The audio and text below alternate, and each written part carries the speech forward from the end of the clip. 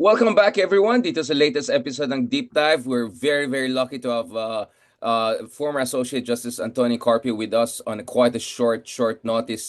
Welcome back everyone dito sa latest. I just realized na pwede na yata mag-comment sa Supreme Court case without getting contempt, and also I couldn't think of anyone better to analyze its implications than, of course, Justice Carpio. Of course, this conversation comes also on the back of all-out bardagulan between Team China and Ronald Llamas. Now even the Chinese ambassador making tampo na pwede na siya umalis kung ayaw ni BBM. So marami tayong pwede pag-usapan. Justice Scarpio, balikan muna natin itong nangyari sa ating bansa muna bago tayo pumunta sa ating karagatan. Ano po yung base niya dito sa Supreme Court's basically response dun sa motion for reconsiderations niyo? At ano yung implication na to, Justice?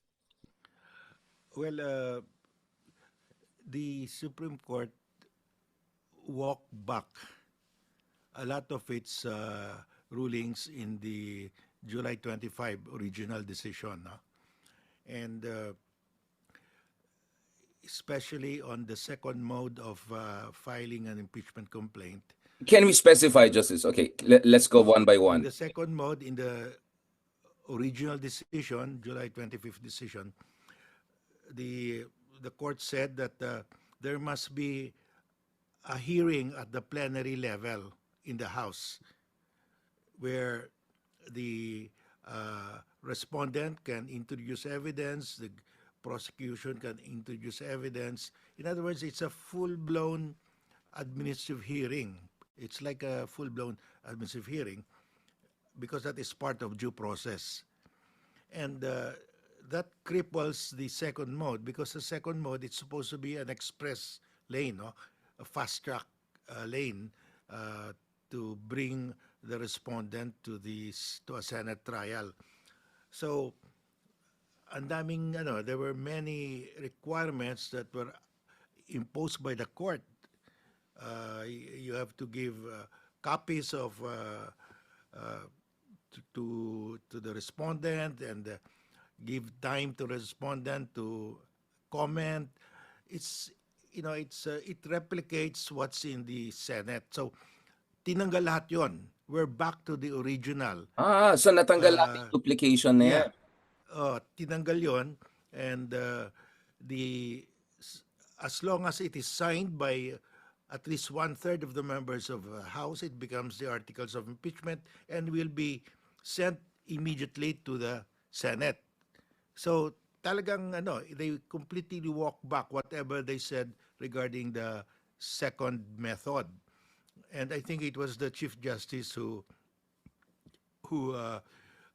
put his foot down on any embellishment in any additional requirements other than what's in the Constitution. In other words, under the second mode, what will be applied will be what is stated there expressly, and which means that it will be an expedited mode. So the moment there's 1/3 of the members of those signing the articles of impeachment under oath, subscribed before the Secretary General, then it's submitted to the plenary for votation, and if at least 1/3 still affirm that it should be transmitted to the Senate, then it's immediately transmitted. So wala na yung hindi all those objections we raised have been addressed. Doon naman sa first mode, that's where we have a problem still, no? So tayo sa good, na tayo, nasa bad na tayo. Doon sa first mode, ang definition ng session days pinalitan.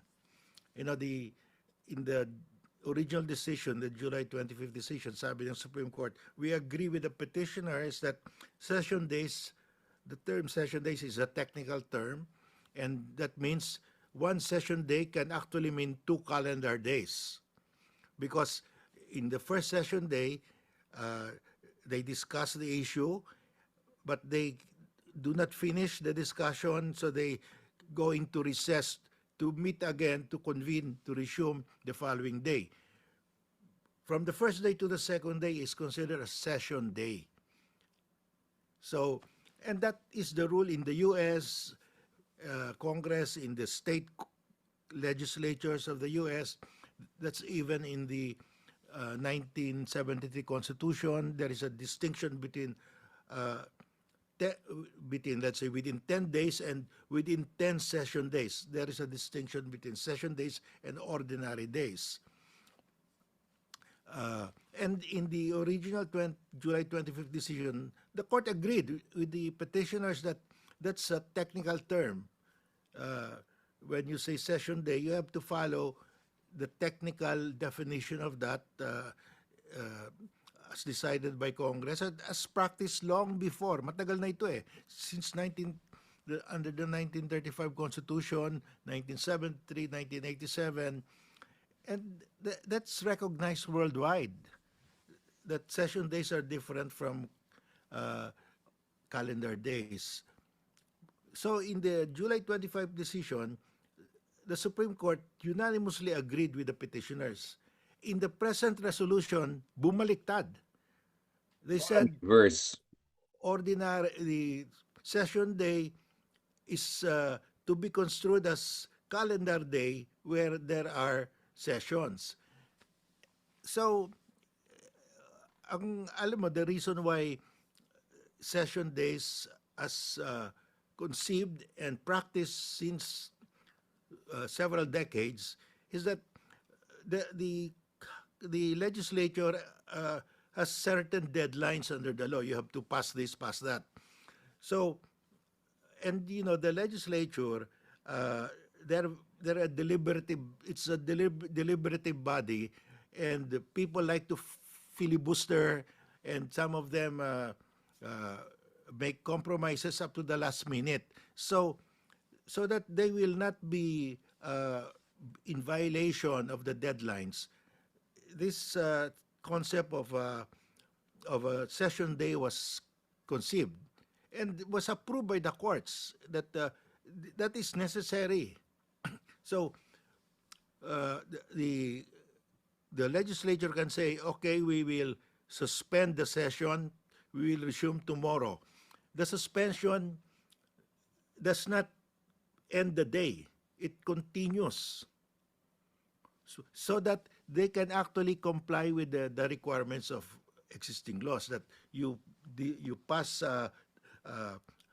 certain acts on a certain day. So, and that has been recognized by all the courts. Suddenly, in our present constitution, there are provisions which say within 10 days, within 5 days. There are also provisions which says within 10 session days, within 5 session days. But the framers of the present constitution knew that there is a difference. And many of the members of the framers of the constitution came from the legislature, Batasang Pambansa. So alam nila yon. And we all know that there is an ordinary term called day, and there is a technical term called session day.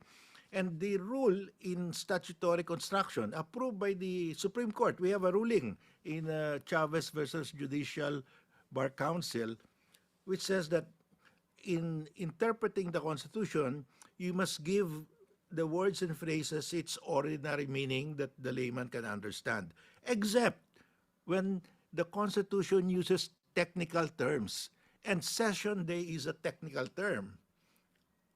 So the Supreme Court has already said, if it's a technical term, you don't follow the ordinary meaning rule. You follow the technical term, the technical meaning. And defer in this dito, case to the legislature. And dito defer. ngayon, Yeah. sa present ruling, sabi ng Supreme Court, we must give it its ordinary meaning. So, the meaning that the voter who ratified the Constitution would have understood it.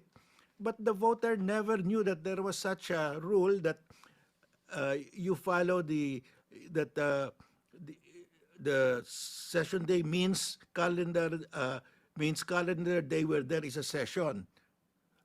If you are the voter, nakalagay yun, within 5 days, alam mo yung 5 days is referring to calendar days.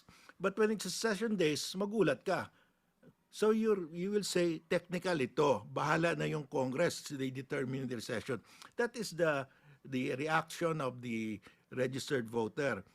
Hindi niya sasabihin, he will not say that, oh, session day means calendar day where there is a session.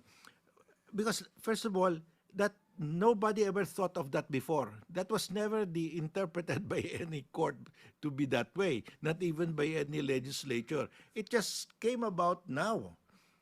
So, and the rule is very clear. If it's a technical term, you have to follow that term, because you cannot put an ordinary meaning to a technical term, especially in the Constitution where it says within 5 days, and then in other sections within 5 session days. So you have to know that that is a technical term. And meron pang another the present decision of the Supreme Court says, but this is only for the purposes of impeachment. In other provisions which says session days, you do not follow the calendar day with a session. So there are three meanings now. The ordinary meaning, the specific meaning when it says within 10 session days, that means calendar day where there is a session. And when it says outside of impeachment, it says within 10 days, that means the old interpretation, technical interpretation. So how would the voter have thought of that? Kasi ang theory niyan, what was approved by the voter when they ratified the Constitution, that is the meaning that we should apply. The voter would not have thought of three meanings. So, and that is against the rule of statutory construction that the court itself approved or declared in Chavez versus Judicial and Bar Council. So that's one of my misgivings, no? Because it defined session day out of line. I mean, nobody thought that session day means calendar day where there is a session. No legislature follows that, and we have never followed that. So how can you interpret it that way? Okay. Second problem is, ito, mabigat ito, because the court said there was a violation of the 10-day session, 10 session day rule. Now, the House must put it in the order of business within 10 session days from receipt of the Speaker. And from inclusion of that in the order of business, within 3 days, it should be referred to the Committee on Justice. Now, ito, because it was not followed, because the definition of session day was different, sabi ng court, the effect of the violation of the Constitution by Congress, by the House,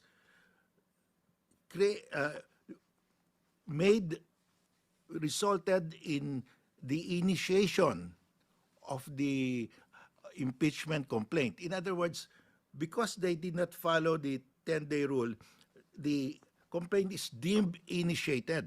And the definition of initiated is that you have filed it with the House, and then you must now refer it to the Committee on Justice.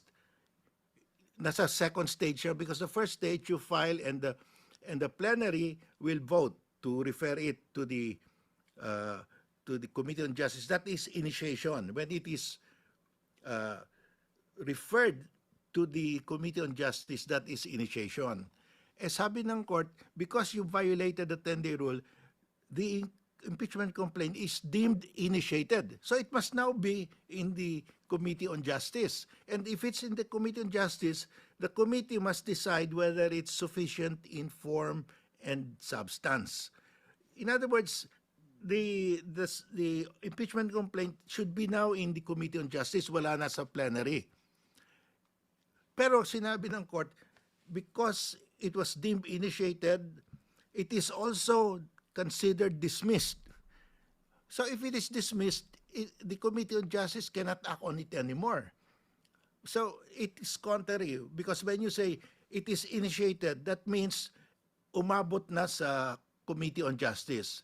It was already referred, deemed referred. So if it's deemed referred, it will be taken up now by Committee on Justice. Pero sabi ng court, it therefore also it is dismissed.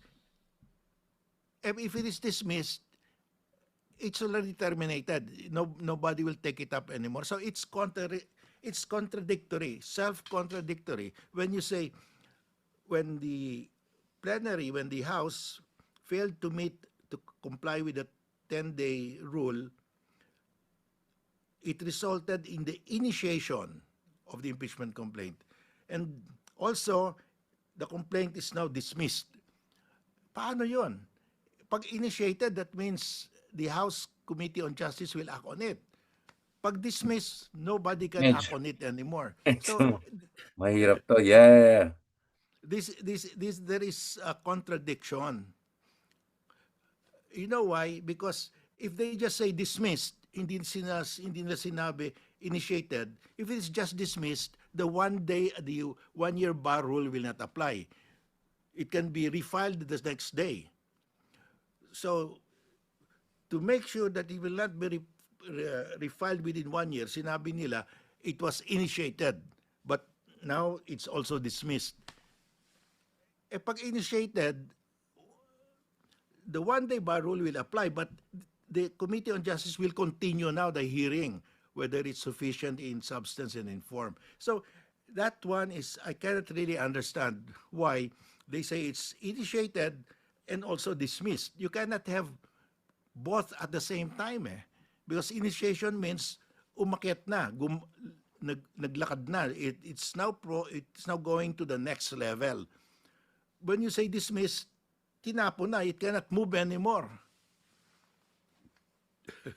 So that one, I think we have to, because that will be very bad. Remember, the president will always be subject to impeachment, and because he has the power of he controls the budget. Every time there's a new president, the members of Congress will gravitate to his party. Either they join or they ally, they form a coalition because of the pork barrel. That's the language there. So he always will have the majority in the Congress, in the House. So if there's an impeachment complaint against him, sasabihin niya lang sa Speaker, Speaker, don't act on it. Let the 10-day period pass. Ang mangyari niyan, once the 10-day period is lapses, it is deemed dismissed, also deemed initiated. But the effect is the 1-year bar rule sets in. It triggers the 1-year bar. So wala na. Patay na yung nobody can impeach him for 1 year. He is inoculated for 1 year. So, and that is bad because they have found a way to defeat the impeachment clause. And thanks to the Supreme Court, that's why I said, and the Supreme Court in their decision, they had no further pleadings. They will not entertain any MR again. Nga eh. Wow. And it's executory. So what do we do? Because this is bad for governance. Because the president can never be impeached now. Because he will just tell the speaker, don't act on it. 10 days past, tapos na. Yeah. So, madaling ano yun eh. Nip it in the bud, kumbaga. Yeah. So I think also the other impeachable officers will also have a way out. So I think this has to be, these two, the definition of session days and this deemed initiated but also dismissed at the same time, which is contradictory. It's an oxymoron, really. We have to have this reversed. So we will find a way, maybe next time, if there's an impeachment, this will be an issue. We have to change this. It's really bad. So, if there's a new impeachment, Justice, you can file a new petition in regard to that new impeachment and then ask for clarification or adjustments in the mechanisms Yeah, of because impeachment. Parang ganun na lang. I'm sure the administration will use this. If there's an impeachment case, upuan nila for 10 days, tapos na. It is deemed dismissed. The 1-year bar rule sets in. Wow. They have to say that it is deemed initiated, not only deemed dismissed, because the 1-day bar rule will apply only if the impeachment is initiated. Kaya yun ang definition of initiation. Once it's initiated, the 1-year bar rule. So they have to say initiated. Pero at the same time, it's dismissed. Contradictory. And So, are you surprised by this, Justice? So, on balance, I mean, I know you discussed the good things in the beginning. There was some sort of reversal and recalibration, but on balance, dapat ba mas concerned tayo ngayon kaysa nung initial ruling? Like, what are we now? Well, I think the original decision, the July 25th decision, the first decision, was really bad. And at least the second mode of impeachment has been cleaned. We can use that, no? So yung first mode ngayon ang medyo... yung first mode ang may problema. So, but you just have to keep on talking about this and filing cases to get it right, no? It will take some time. I mean, we cannot undo it in one blow. But you have to...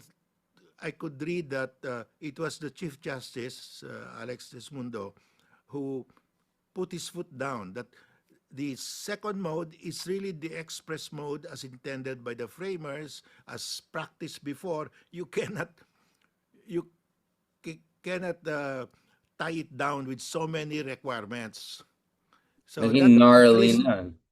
Parang we naging gnarly were able to clean up the second mode. We're back to the original intent of the framers. What we really knew is how the second mode will be used, and it's back there, so it's okay. So it's just the first mode. First mode. Do we expect, Justice Carpio, na yung mga ibang framers, mga constitutionalists ay magsalita rin na rin? I've just seen reactions from only some few folks. I think si Dean Lavinia said he's still working on his response. So, hindi ko pa nakita. Pero may expectation ba tayo na mag-respond din ng ibang mga legal luminaries? Totoong legal luminaries. Adolfo Ascuna has come out in an interview, and also I think Dean Mel Santa Maria has written about it. But it will start to crystallize, no? Ano ba talagang what is the good thing about that the present decision, and what's the bad thing, so that we can focus on the bad thing. Right. At least but may improvement on at least one mode. So it's the first mode, which is really the issue now. And now, Justice, what about yung issue ng timing? Some people were saying na parang nagiging December na, hindi na February. Yung yung concern about dummy impeachment. Yeah, can we discuss that, the timing? They redefined the session day. So December na siya bigla. Yeah, biglang na-advance yung 1 year. Exactly. Na-advance yung 1 year. So you can file now. So, yeah, actually, because December yata yung it can be exactly. filed now. Pag kinalculate mo, babalik to sa December na mid or late December yata. Yes. So it can be filed now. A new impeachment complaint can be filed now because the 1-year bar has terminated already. It has expired. And in terms of yung dummy impeachment, yung parang mag-file ka ng JAPEX na impeachment para lang walang pag-asa yung impeachment. What about that? Should we be worried about that? Yes, that will be used now. Because of the new decision that if the Speaker will not act within 10 days, or the House will not act within 10 days, it will be deemed dismissed and also initiated. Then they will just file sham complaints, and then they will not act on it, and that's it. Wow. So now impeachment is even way more difficult compared to before. Justice, I was wondering, so what are the scenarios you're looking forward to right now? Well, we will no, we will campaign that this has to be uh, corrected. Si Senate President Soto is thinking of constitutional convention, uh, but we can also wait for a new impeachment because that new impeachment they will have to apply this new rule and we can go to the Supreme Court to question it again. No? Let me get back to this con issue, or even Constitutional Assembly. Like, may school of thought justice na what we're seeing here, some would say judicial overreach, some would say judicial activism, like whatever you want to call it. Na ito ay dahil dun sa kakulangan sa iba't ibang branches ng government. In particular, na kung sana lang may mga amendments tayo or a degree of flexibility in adjusting, modifying, amending our constitution throughout the decades, we would not be in this situation whereby basically we left the battlefield to the judiciary to decide certain major adjustments that at least from their perspective is necessary to put things in order. What do you think about that? Maybe now more seriously we have to discuss constitutional amendments and related issues. Well, it's very difficult to amend the Constitution now because you can amend it only through a constitutional convention or through a plebiscite. No? But that plebiscite, because of the decision in Santiago versus Comelec, the People's Initiative cannot be used to amend the Constitution. It can only be used to enact a law or amend a law. So we have that problem. And the Senate will not want a constituent assembly. Sana it's easy to amend the Constitution with a constituent assembly. But there is then the problem because the Senate has only 24 members, the House has over 300, and the Constitution is not clear how their votes will be counted. So the senators will be outvoted all the time. So they refuse to meet as a constituent assembly. So that's the other thing. So we have to resolve that. That's why the express lane to amend the constitution cannot be availed of because of this uncertainty on how they will vote if they convene as a constituent assembly. Should there be a So Supreme Court ruling on that? we have to correct that, no? Should there be a Supreme Court ruling on that? Can we ask? I mean, I know the Yes, discussion is overreach, it but has to go to the Supreme Court to get a ruling para we can do away with this stumbling block, no? speaking of Senate, Justice Carpio, just to lighten the mood, because the mood rather, not the mode, but the mood. Um, wait, you, paano bumoto si Bato dito sa resolution? Like he voted by just not voting? Remember this latest resolution condemning the Chinese embassy at Bardagulan na ginagawa nila sa mga officials natin, including a certain Ronald Llamas.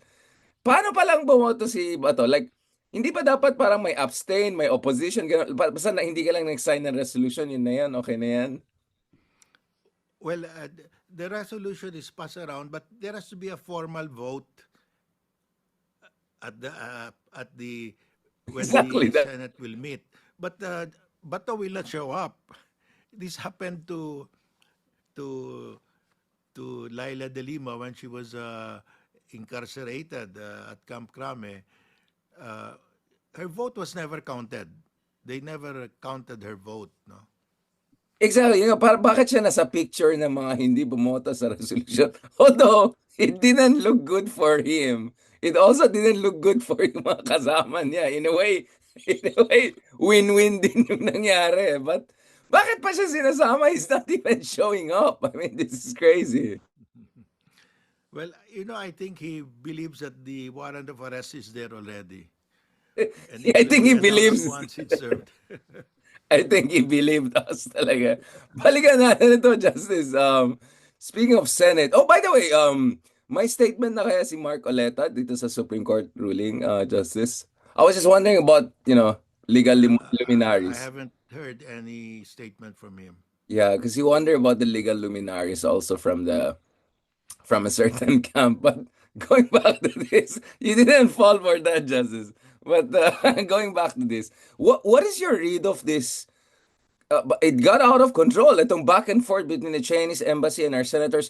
Are you worried that going back dun sa diniscuss natin a few days back ago na baka may pagka-wolf warrior nangyari dito dahil sa pinagagawa ni Trump sa buong mundo na parang basically ano na wild wild west na tayo or wild wild east. Do you think there's an element of that or just things got a little bit out of control? Because considering we're the ASEAN chair this year, obviously Marcos doesn't want any diplomatic crisis with a major dialogue partner of ASEAN, and there's still hope that Xi Jinping will visit Manila later this year for the ASEAN summit.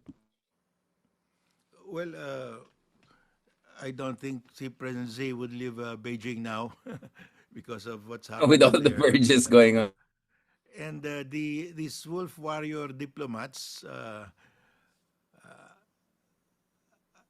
I think it's part of their strategy.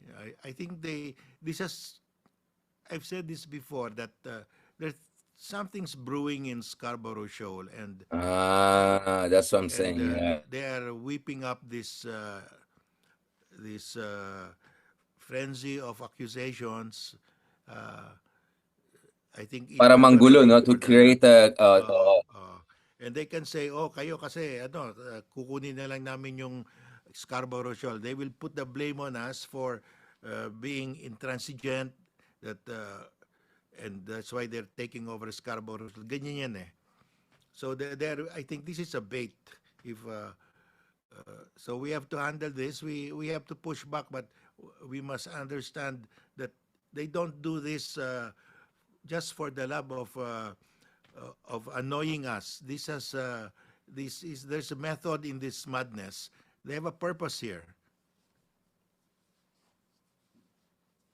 you fear there's a conscious mudding of the water to create some sort of a mist or fig leaf or cover for something big na potentially mangyari sa Yes. Scarborough. Oh, that's worrying. That's very worrying. Because they already declared a nature reserve on Scarborough Shoal, and the next thing is they will put up a monitoring station. That means they will man it now, and that's a very big escalation. So ang sasabihin nila dahil nanggugulo si Ronald Llamas, gagawa kami ng Eco Zone Park dito. Like, Yes. I'm just thinking of the PR like dahil ang gulo nyo, gagawa kami ng solar Yeah, panel dito, like parang ganon. that's that's in fact they used that before. They've been using that tactic before. Usually fishing hut muna, yung mga ganon. Tapos ngayon, ano na, no, we'll make an Eco Zone. Magpasalamat ka Ronald Llamas, baka dahil he'll be invited and all of that. So that's that. Do you think it's a systematic effort at distraction basically from a big move? Yes, because they don't do this just because they want to do it. Oh, They matalino always sila, matalino. prepare. Yeah, they always prepare in advance. They lay the basis before they move. So I think this is part of it That's because worrying.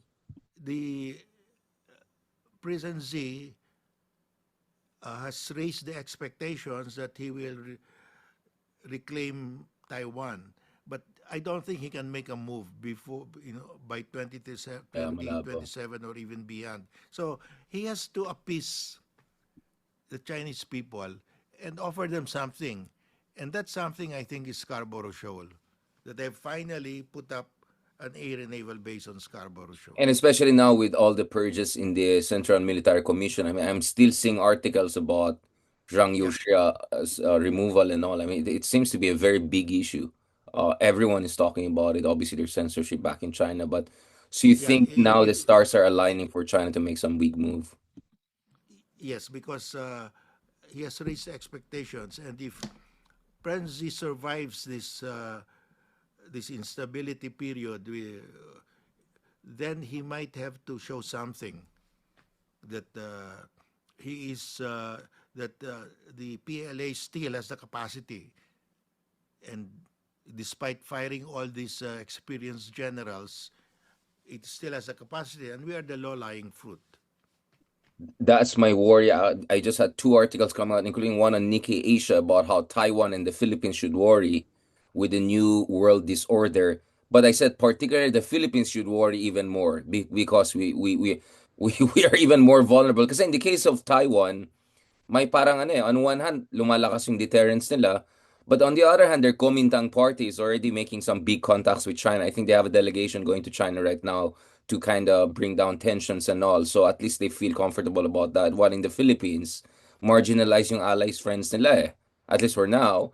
While the administration seems to be still in the American camp. Nevertheless, Justice, where does that put us right now? Given the fact that both the national security strategy and the national defense strategy that was released days later by the second Trump administration, parang halos hindi pinag-usapan ng West Philippine Sea. At may isang quote rin, I used that in one of my articles, basically when US says, parang tutulungan namin yung mga aliado namin, pero dun sa mga issue na mas mahalaga sa kanila, basically bahala kayo dyan. Parang ganun eh. Parang we'll be there for you, but for issues that is more important to our allies, we expect our allies themselves to step up. And is there a worry? And a part of me was wondering na baka Trump is deep inside kind of accommodating the possibility na it will go one to one, a condominium or co-dominion with China. Basically, it will be a G2 world. Because if that's the reading by the Chinese, that Trump is basically signaling it's just us, the big boys. And then the Philippines clearly is so vulnerable now, and then tayo pa yung maingay at nakakairita sa kanila. It looks like the stars are aligning in a very worrying way. So baka yung Abraham Lincoln aircraft carrier na pumunta sa Persian Gulf dapat bumalik sa atin. I think we're the more vulnerable party here. Well, you probably read the letter of Zhang Yuzhao that he released. The He said general his was here. difference with President Xi is that President Xi wants to invade and Taiwan, and he said we are not ready. That there's no assurance of success. So, and the U.S., Japan will all coalesce to fight us. So my worry is that So he was the moderate one, you're saying. He was the yes, pragmatic one. yeah, they will have to do something that they can do, that they're capable of doing, and that's Scarborough Shoal. They have to give something, and the Chinese top leadership might agree that okay, it's now out that even our top generals saying that we don't have the capability to invade. It will be a failure. Then let's settle on the second target. The second target is Scarborough Shoal. That's what I mean. So how do we have to think, prepare for that, because Zhang Yushua already allowed the cat to get out of the bag that they cannot invade Taiwan. So then that puts us in danger because we are the next target. So that's a big worry. We have to think how to address this issue. Padala na natin si Robin Hood Padilla, di ba? Dati, di ba, nag-boat siya? Di ba, Justice? Di ba dati nagbabarko yan, papunta sa magje-jet ski na lang siguro So, siya. kausapin na lang natin yung ICC. Pwede ba palayain na ninyo si Digong para i-jet ski niya? He will defend Scarborough Shoal for us. He will do a Mag-jet last ski. hurrah. Finally, he can redeem himself by taking a jet ski to Scarborough Shoal. Ang huling El Bimbo. Ang huling El Bimbo. Hamunin niya raw ng barilan yung Chinese guard doon. Ang concern ko lang, Justice, baka mag-defect siya sa gitna. Biglang Chinese flag ang lalabas nila. I'm defecting. Dito na ako sa kabila. That's my worry, Justice. I Ang don't trust implante him. pala Chinese flag, hindi. Pag, paglapit niya dito, biglang ibang flag ang nilabas niya. Friends, friends! Ni hao, magaganon siya. I'm worried. I don't trust Digong. He might pull off something else. Yung last suray niya. On that very depressing note, Justice, and very interesting proposal sa ICC ahead of his trial in the coming weeks. Maraming salamat, Justice Carpy, for making time. Justice, are you? Is there going to be a forum or something of legal luminaries coming together to break this down soon that we have to look forward to? Dun sa mga Yeah, kaibigan natin na yeah, interesado to we're know more trying technical. to, yeah, we will arrange a forum to discuss in depth the new decision, what are the ramifications. No? Right. On that note, thank you very much, Justice Carpio. Magpahinga po kayo because I expect more and more questions at you in the coming days. Ang dami nangyari, but I will take you up on that proposal. I'm just Okay. worried he has a Chinese flag somewhere. Maglagay siya. Okay na yan. Governor na ako. Governor of Scarborough Shoal. Digong. Duterte. Magkakaroon siya. Maging mayor siya ulit. Mayor. On that note, thank you very much, Justice, and talk to you soon. Thank you, Bye-bye po kayo. Jared. Bye-bye po kayo.